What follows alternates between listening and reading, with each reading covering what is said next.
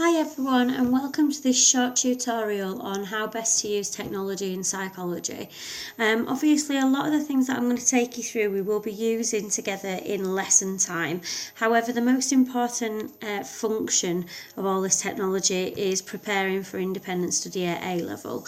You obviously know that there's a big push on you working outside of the classroom. All of the things that I'm going to show you today will enable you to get the best experience when you're working on your own. So, a few of the first things that I'm going to mention to you will have already been mentioned probably in your tutorial session. It's really important to just note at this point, as you can see here, smartphones are used by everyone these days, pretty much, and we're always on them all the time. So why don't we use them a little bit more in our classroom experience? They make it a little bit more interesting, a little bit more fun, and they make the educational experience a little bit richer, so you can do a lot more, shall we say. So as I said, a few of the kind of college essentials have already been mentioned to you, so I'm just going to breeze through these really quickly. So Moodle you should have already been introduced to via that tutorial, and you should have hopefully used it. I just want to mention it in a slightly different context, in the sense that we really think that you should have access to Moodle kind of like built onto your smartphone or to your tablet. So that's what I'm just going to show you how to do in case you didn't know how to do it already. So if I just come out of this presentation, what I want to do is I want to add it onto my home screen, so that basically I've just got a couple of icons like you can see here. So I'm going to come out of that and I'm just going to go onto the internet. Now it's already logged up, but for the purposes of this I'll start again. So it would be moodle.nclt.ac.uk. Alright, so I'm going to log myself in because there's another couple of little bits and bobs that I want to show you on here. Now obviously if you go to the Moodle homepage, you will see your courses kind of like line up. Now these are all my courses that I've got access to. You guys would be this one here, A level 2-year psychology. So as you go through the year, that will become populated with resources. So what we want to do here is we want to add this to our home screen essentially. So if you go into the top right hand corner and you can see where it says more, on some devices it might be 3 little colons, but you should be able to navigate your way around it. So we want to add that shortcut onto our home screen, and then if I go back onto my home screen, you can see that it's created New College Moodle. So all I want to do is move that into my little college folder. And then if I open that up again, it takes me straight there. Now one of the most important reasons for the Moodle site is to allow you to access your emails, which you're going to be using regularly. So if we go to links, and be it Doncaster or Pontefract, it both does the same thing. You can get to your college email that way.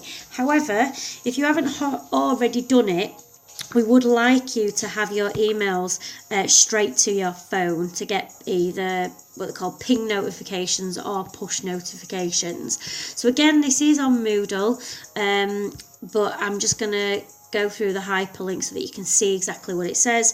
And again, for the purpose of this particular tutorial, I'm just going to set up the email to my tablet just to show you how easy it is.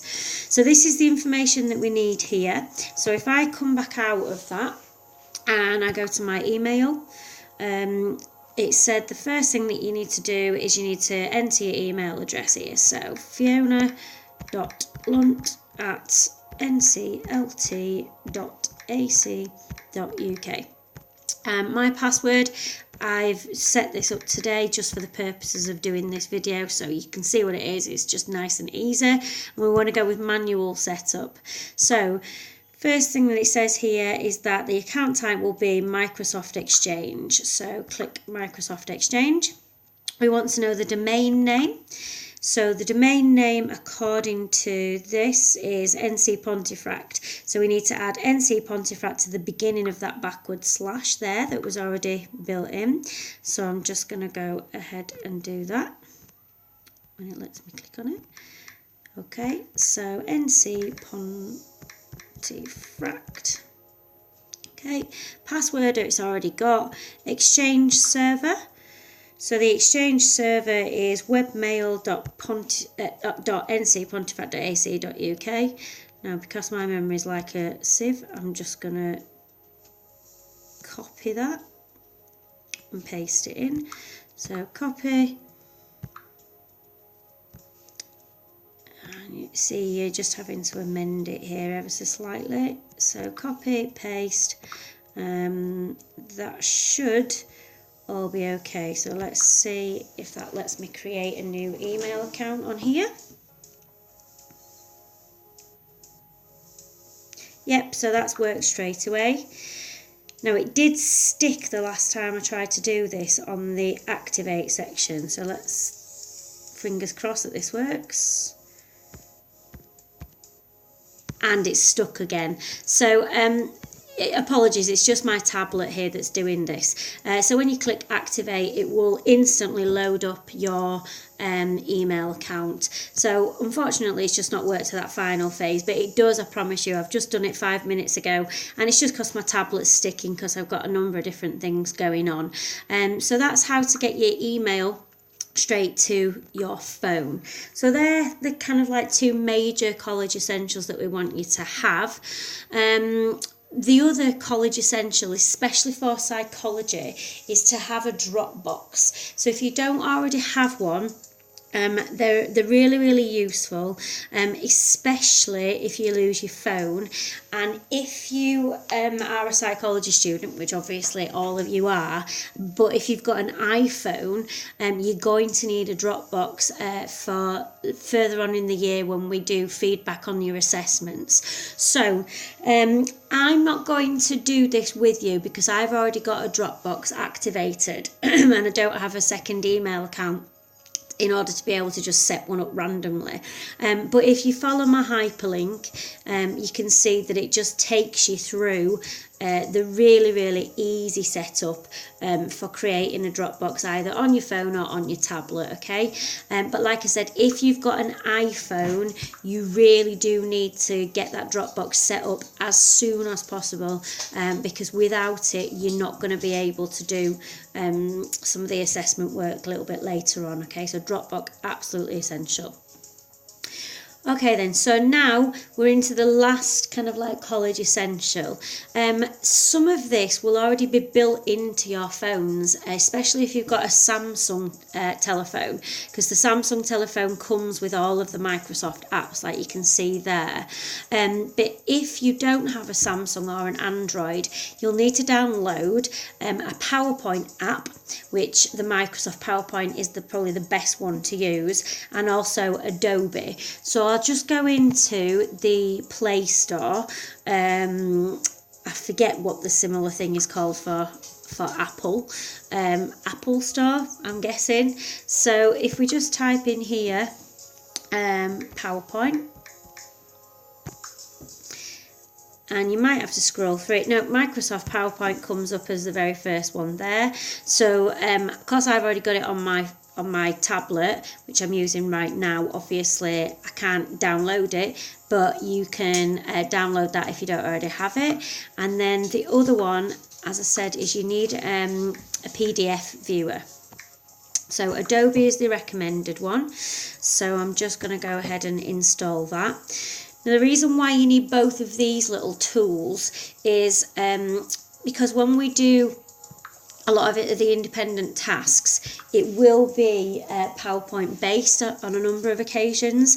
And what we've found is that if you don't have one of these viewer apps, it cuts certain content off, so it really is important that you do that. Also, the Adobe Reader, the PDF, is absolutely crucial for when we do the assessment feedback videos, because the feedback is going to be submitted via PDF. You're going to convert basically your written words into a PDF format. So it's important that when ourselves as teachers are passing documents backwards and forwards with you, that you have got one of these Adobe Readers on your phone. So if I just go ahead and open that up, you can see that it takes you straight through to the Acrobat Reader, and we just need to get that going. Okay. So that's really, really easy to navigate. One of the other things that I'm going to say about the PDF viewer that I've already started doing with my students is that when they send me a PDF through one of the later apps that I'm going to show you called CamScanner, I can annotate straight onto here, so it's really, really useful if we're all just using the same kind of like PDF viewers. But like I said, your own teacher might have different kind of choices about the extent to which they're going to use that. So just ask your own subject teacher if they're using it in a slightly different way. Okay.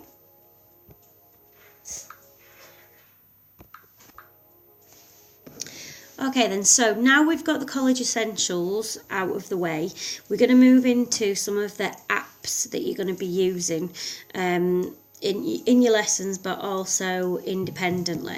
So the first one is called CamScanner. As you can see here, this app will mainly be used in conjunction with your CEDA assessments. The way that we do feedback for the bulk of your assessments in the psychology department is that we ask you to take pictures of your assessment feedback, which you do in your own time. We mark your papers and then you do your own annotations. So because we want to see that you've done that, we ask you to use CamScanner to convert your document into PDF so that we can go on and access it electronically and add to it if we need to. Now, I'm not going to download or take you through how to create a CamScanner document in this particular video. When we start using it as part of the CEDA assessment, I will do a separate video just on CamScanner. Because there's two slightly separate procedures for Android and iPhone, I'm going to do the Android one, and a different teacher, Lisa's going to do the iPhone one. So we'll come back to this a little bit later on. However, if you want to just have a tinker with it, so that we're not kind of like waiting for everybody to download it when it gets to the first CEDA assessment, if you just get it onto your phone or your tablet now, which I'll just do this here, and just have a tinker with it, have a little bit of a play. So whilst that's installing, I'll show you briefly what it does, and then I'll try to take one. So CamScanner then for iPhone, I'm just going to quickly breeze over this because obviously I'm not using an iPhone right now, but we will do a separate video as I've already said. So CamScanner for Android. So once you've downloaded the app to your phone, have a go at creating a PDF document and saving it using the pictures below. So if you want to have a go, all these slides are on Moodle anyway, so you can take it step by step by step. I've said you select the frame that you want, adjust the image quality, click the PDF option to create a PDF, and then select the PDF app that you want to kind of like view it in. So if we go back now, hopefully that should have installed. It's just very nearly finishing.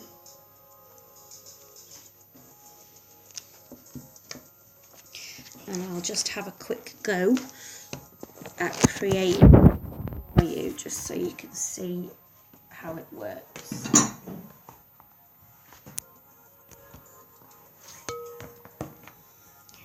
Just got to bear with me whilst that's finishing.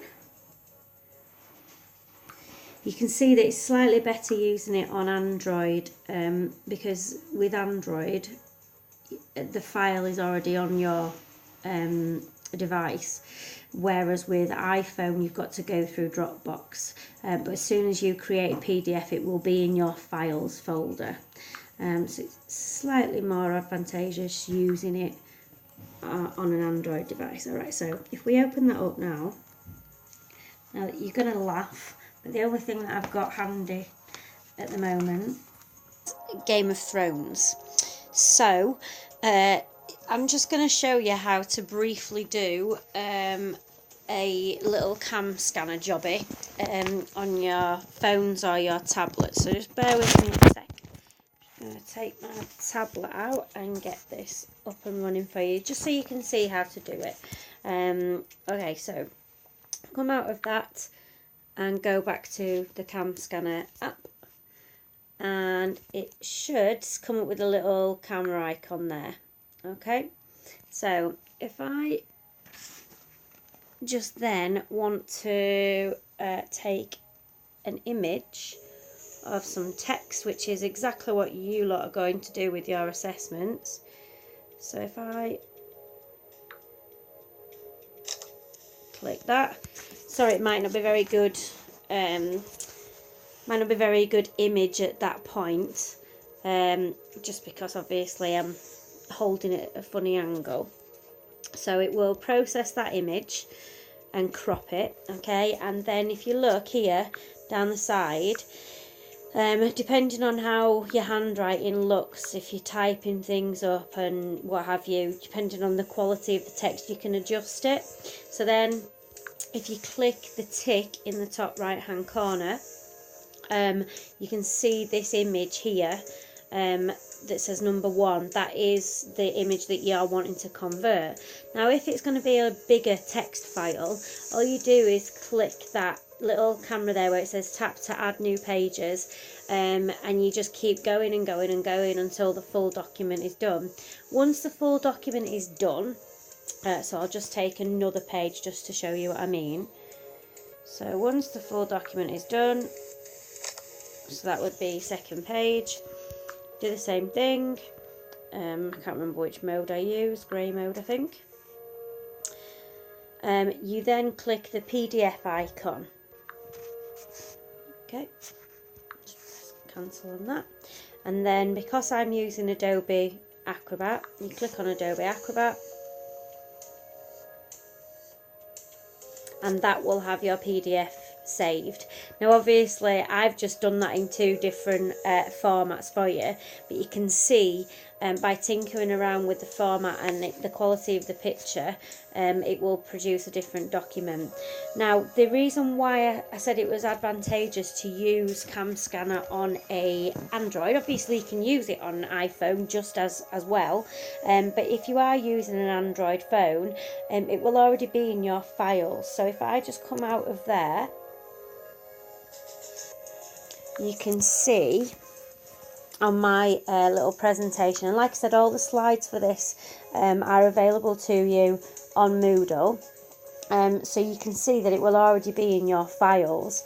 So if we look at my instructions, find my files folder, select internal storage, click CamScanner and select your document. So if I just do that for you lot now, I think my files is already open. So my files, device storage, CamScanner, there we are, and then whatever date it is today, so it's the 7th of September. Yep, and there you go, that is your document converted. Now as I said, there's going to be separate tutorials on that, because the primary reason why we use CamScanner is to allow you to upload annotations onto Moodle, so you'll be able to come back to that in future. But if you want to play with it, go for it. So the next little app that we're going to come to is Kahoot. Now I'm sure that some of you will have already used this as part of your GCSEs, but I want you to get it all on your phones for me now. So I'm just going to go back to my app store and get this on here, and I'll show you how it works straight away. So let's just go to the Play Store, Kahoot.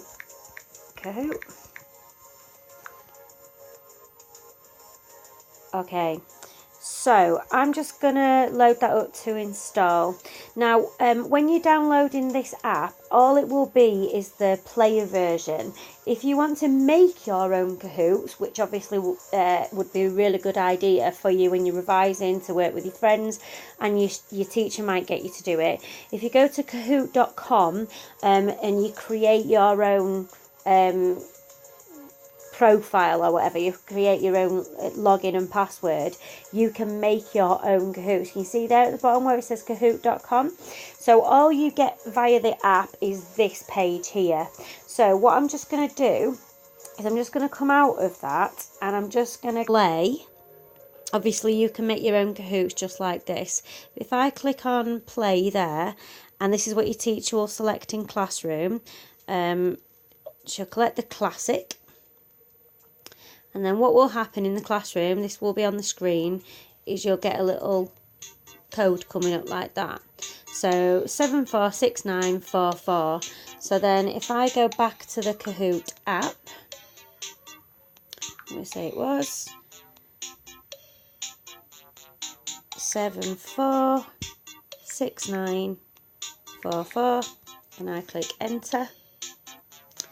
And I'll just type myself in as V, and then I should be here. So in our classroom, I'm now in there. Just because I've clicked on myself, I've kicked myself out. But that's how you would use it, okay? So that's how Kahoot would be used in your classroom by your teacher. So get Kahoot on there as quick as you can, because I do think some of us have already got Kahoots lined up for you in the next few lessons or so. Okay. The next one, and we're nearing the end now, the next one is QR scanner. Now I use this really frequently, and I know that Lisa Wiles does as well.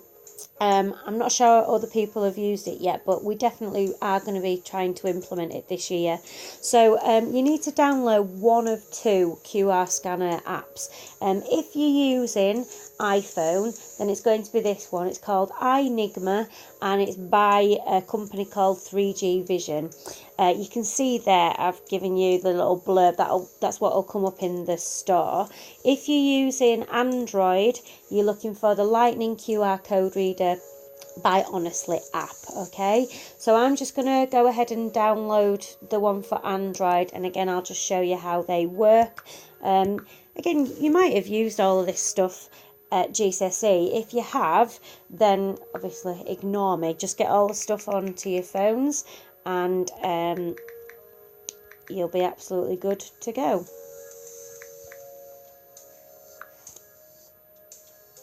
Okay, so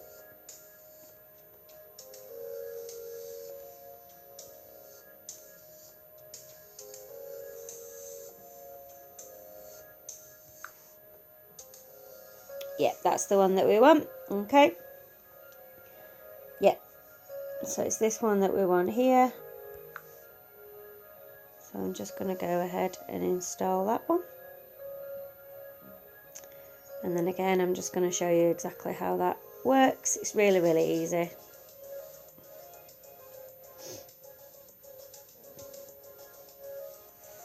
Okay.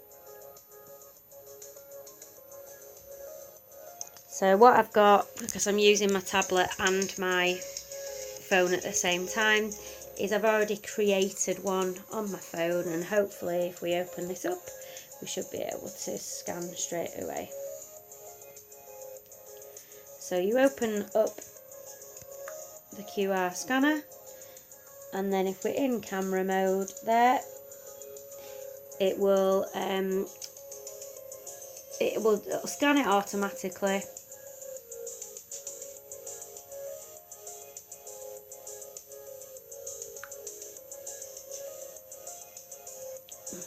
Don't know why that's not worked.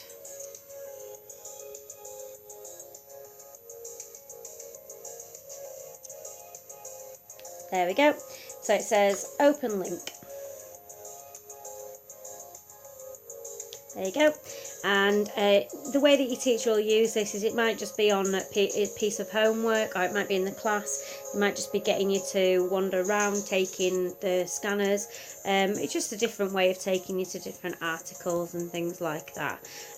So that's another app that you'll need onto your phones as quick as you can. And then we're very nearly near the end now. So the next one, again, I use this really heavily, and I know Suzanne does, but I think Lisa and Lindsay and Gabby are also going to be using it this year, is called GroupMe. Now, I can't really demonstrate GroupMe to you until your teachers add you into the groups, but you can download it. It's just an instant messenger app. I've got it on my phone, so again, I'll take a little video for you here. So that you can see how it works. Basically, it's an instant messaging app, but the difference is that you don't have to give your telephone number. So you can get in touch with us without giving telephone numbers out, and vice versa. But it's also much more beneficial to us because it's like a WhatsApp group whereby everybody's talking at the same time, and we can have this big kind of like a class conversation. So the way that it will work is that your teachers, once you've downloaded the GroupMe app, your teachers will email you a link, and then if you click on that link, it'll take you directly into the GroupMe kind of like conversation. So you can see here, if I just come out of that and go back onto my camera, you can see here that I've already got one set up for my year 12 students. Hold on. Yeah, alright, so you can see there that I sent them that email, alright, that little link, and then today they've already logged in, and I've got a load of them in my little group. If I show you one of my previous groups, I think I might have archived them all, but I'll show you a little kind of like snippet of the conversation, and you can see, right, this has been going on all the way through last year. You can see how Emily's used it here. Hi Fiona, how would I answer this question? And I can literally get back to her straight away. A lot of my students used it to send me material. Okay, so get GroupMe going as quick as what you possibly can, please. That would be really advantageous, so that your teachers can talk to you on the days that you're not in college and stuff like that. And then the last one is Puffin Browser. So Puffin Browser you won't need at this stage, but Puffin Browser is really important because a lot of the homeworks that we set you to do this year require what they call Flash. Now, phones don't have Flash player, so you would need to access activities through this Puffin browser. So I'm not going to open that up because, again, further down the line when we're giving you activities that require Flash, I'll do another separate little snippet and show you how to do this. But if you go to the App Store, you can see Puffin web browser and you can get that straight onto your phone. So that now has equipped you with all of the technology, if you get it all onto your phone, that you'll ever need in psychology. The last little slide is just about Facebook, but we've had really good interaction with Facebook so far. You've all liked it to get access to your homework.